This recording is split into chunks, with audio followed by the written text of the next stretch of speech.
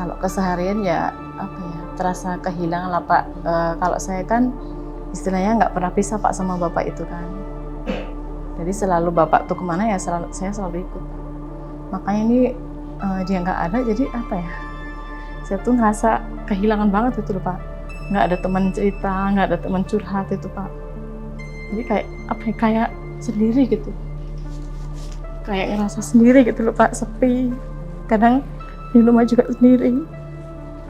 Karena anak kan jauh Pak. Jadi sangat kehilangan Pak. Sosok suami yang bertanggung jawab, yang sayang sama anak sama istri Pak.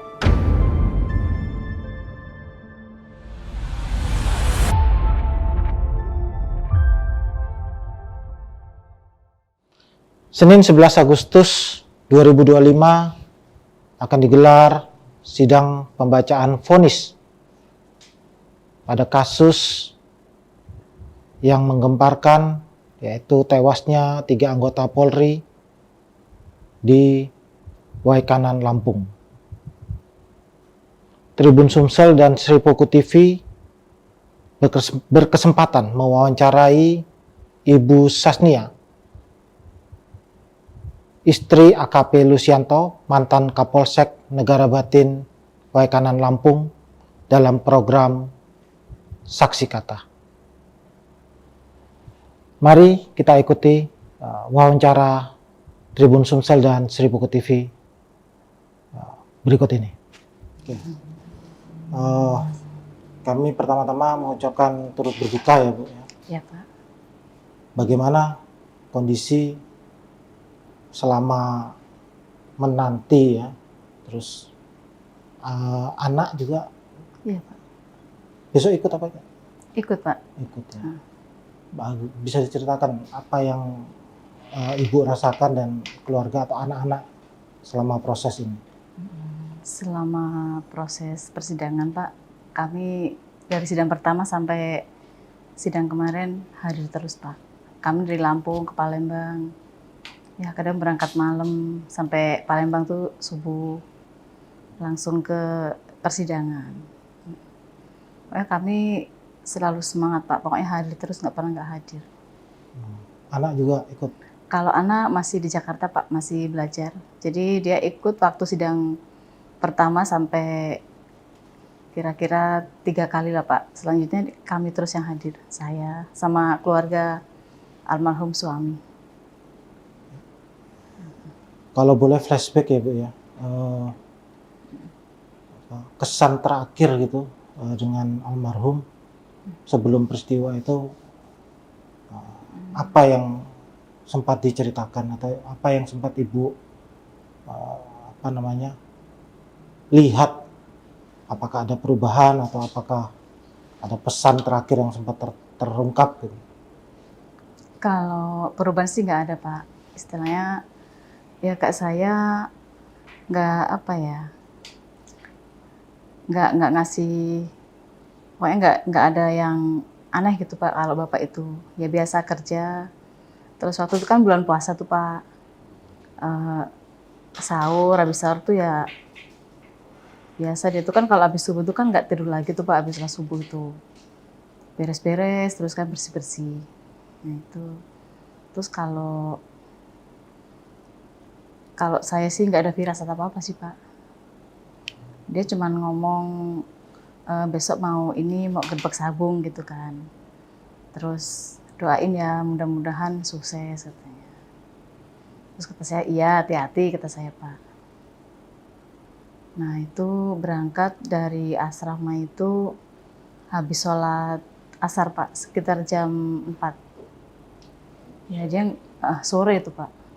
Ya dia cuma ngomong, ini masak yang banyak ya, nanti anggota mau buka di sini katanya. Terus dia pamitan itu Pak, terus pergilah ke TKP itu. Ya udah cuma itu aja Pak.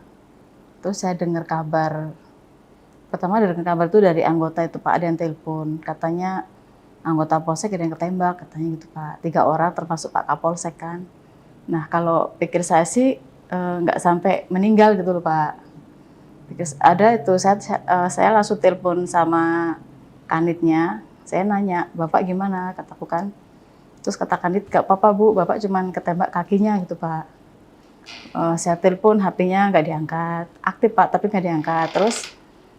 Terus saya ini apa, bingung kan Pak waktu itu kan. Nah saya tanya lah, saya telepon lagi. Masih pingsan Bu, kami masih cari ambulan gitu loh Pak. Cuman saya tuh nggak nyangka kalau bapaknya itu udah nggak ada gitu. Kalau pikir saya sih, ya masih ada gitu loh Pak.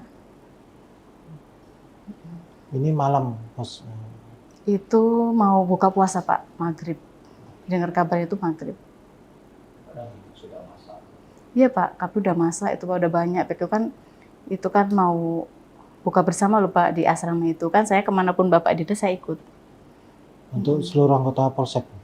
Itu kalau yang dari Polsek cuma 5 orang Pak. Yang dari Polres itu kalau nggak salah kayaknya 12 kayaknya. Yang buka puasa ini ya? Iya, rencananya mau buka di rumah gitu loh. Habis pikiran Bapak tuh habis gerbek, pulang kan buka di rumah gitu Pak. Karena soalnya kan di situ kan pelosok Pak.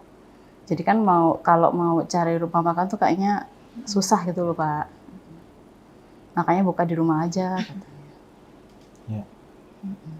Sebagai istri Kapolsek ya Ibu, Iya.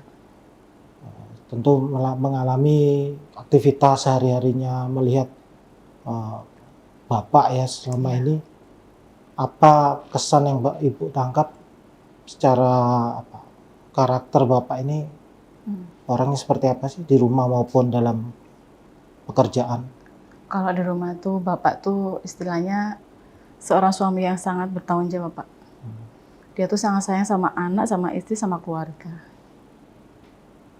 Terus orangnya tuh nggak neko-neko Pak. Kalau nggak ada kerja gitu, kalau nggak ada dinas luar, ya udah Pak di rumah Pak. Jadi nggak pernah kemana-mana. Karena kami kan di asrama cuma tinggal berdua Pak. Asrama itu kan banyak yang kosong. Kalau yang piket itu kan kalau yang rumah dekat kan pulang gitu loh Pak. Jadi asrama tuh banyak yang kosong. Cuman kami berdua sama anggota 1 di situ. Makanya mungkin Bapak mau ninggalin saya lama mungkin kan kasihan karena saya sendiri gitu loh Pak. Ya paling kalau ada acara tuh kayak pengajian, kalau yasinan di dekat-dekat Polsek itu kalau diundang pasti dia berangkat.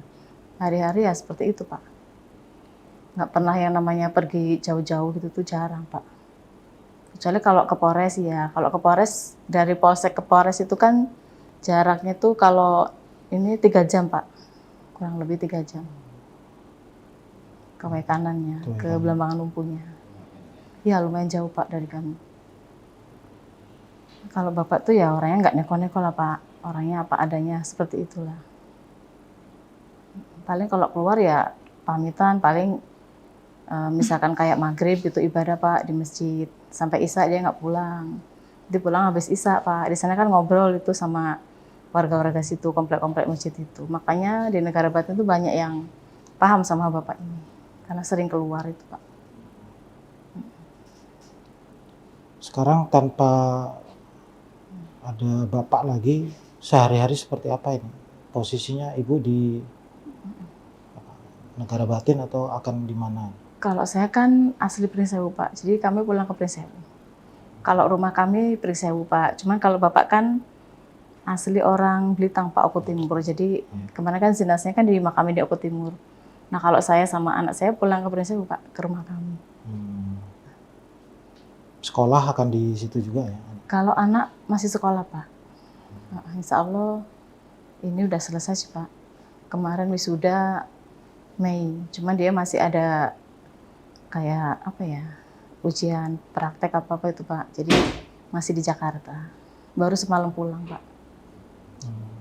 Makanya kalau saya di rumah tuh ya saya sama ponakan Pak.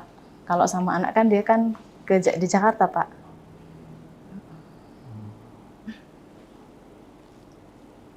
Kalau keseharian ya apa ya, terasa kehilangan lah Pak. Kalau saya kan istilahnya nggak pernah pisah Pak sama Bapak itu kan. Jadi selalu Bapak tuh kemana ya saya selalu ikut Pak. Makanya ini dia nggak ada jadi apa ya, saya tuh ngerasa kehilangan banget gitu loh Pak. Nggak ada teman cerita, nggak ada teman curhat itu Pak. Jadi kayak apa ya, kayak sendiri gitu. Kayak ngerasa sendiri gitu loh Pak, sepi. Kadang di rumah juga sendiri. Karena anak kan jauh Pak. Jadi sangat kehilangan Pak. Sosok suami yang bertanggung jawab, yang sayang sama anak sama istri Pak.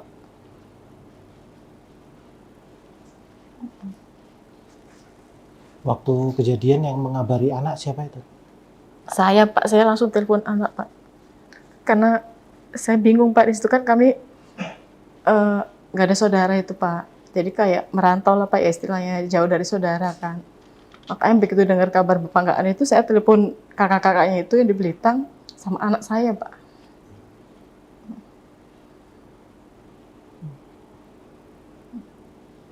Kalau kondisi anak seperti apa, Bu?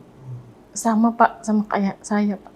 Ya dia shock juga sih Pak, kan itu kan anak jarang ketemu loh Pak sama bapaknya itu, karena jauh kan. Jadi lebaran aja, waktu itu kan tahun baru Pak, bapaknya nggak bisa pulang. Anak kan pulang ke Prinsewu, jadi bapaknya kan dinas nggak bisa pulang, jadi nggak ketemu Pak. Itu kurang lebih setahun nggak ketemu bapaknya, ketemu udah nggak ada itu. Jadi cuman video call aja itu Pak sama anak.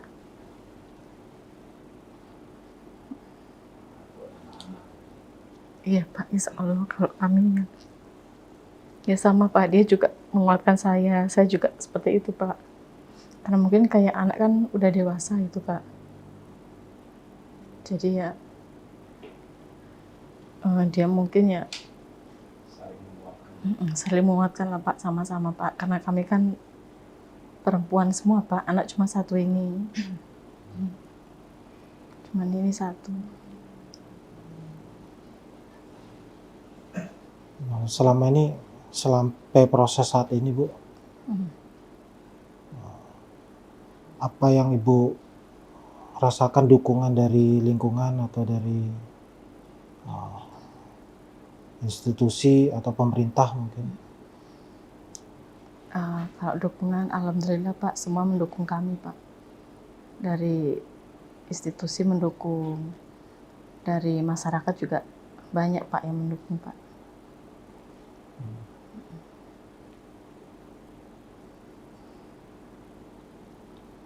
Selama mungkin 2 bulan ini ya, bolak-balik pasti ya Bu ya? Iya Pak, bolak-balik Pak, Palembang Lampung saya Pak. Bagaimana Ibu mengatasi atau mengurusi apa ya, kesibukan atau ini di tengah duka? Ya saya wira-wiri Pak, seminggu sekali ke Palembang. Itu kalau berangkat dari Prinsewu itu Pak hari Minggu malam Pak, nanti kan sampai sini subuh. Tempat kakak dulu, nanti baru bareng berangkat ke Otmil, ke persidangan itu Pak. Lumayan. Ya kadang naik travel Pak saya. Karena dari Prinsewu kan sendiri Pak, banyak saudara kan dari Belitung sama Palembang Pak, jadi mereka nunggu di Palembang. Kalau saya kan Prinsewu sendiri ya. Jadi seringnya naik travel Pak itu. Pernah waktu baru-baru sidang itu diantar sama saudara, cuma kan saudara juga dinas Pak, keponakan. Jadi dia juga sibuk, ya akhirnya ya udah saya sendiri aja gitu kan. Tapi di sini memang ketemu sih sama keluarga gitu Pak, rame-rame kalau udah di sini. Karena banyak juga saudara almarhum yang di Palembang. Kakak-kakaknya. Setiap sidang harus hadir. Itu dari keinginan hati saya sendiri Pak. Saya gimana caranya gitu Pak, biar saya tuh mencari keadilan lah Pak buat suami saya gitu Pak. Karena dia ya suami yang sangat sayang istri Pak, makanya kan saya harus gimana caranya biar hari di di persidangan itu Pak harus datang gitu. Kalau ini apapun ya kadang-kadang sampai dalam itu sih sedih Pak, tiap minggu lihat muka tersangka itu loh Pak, maksudnya muka terdakwa itu yang bunuh suami saya, kan saya sedih Pak sebenarnya Pak, cuman ya saya harus kuat Pak, kalau nggak dengan cara ini gimana suami saya mau dapat keadilan Pak kalau saya nggak semangat gitu Pak. Besok saat putusan siapa saja yang dari keluarga yang akan hadir? Itu yang hadir itu anak Pak, orang tua saya sama kakak-kakak almarhum. Insya Allah semua hadir Pak di persidangan. Iya Pak. Terkait putusan besok, Bu, mungkin bisa diutarakan ya? Apa harapan? Kalau harapan saya Pak, saya ingin hukum yang seadil-adilnya Pak. Saya pengen dihukum mati Pak.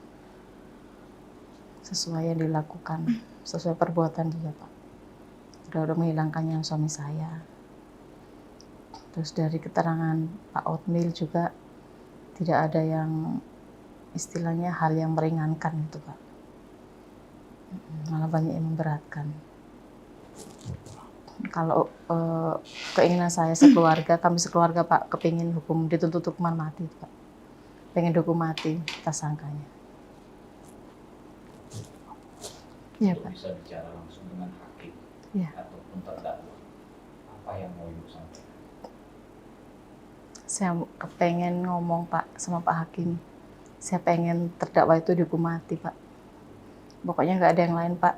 Terus nggak bakal istilahnya saya maafin dia.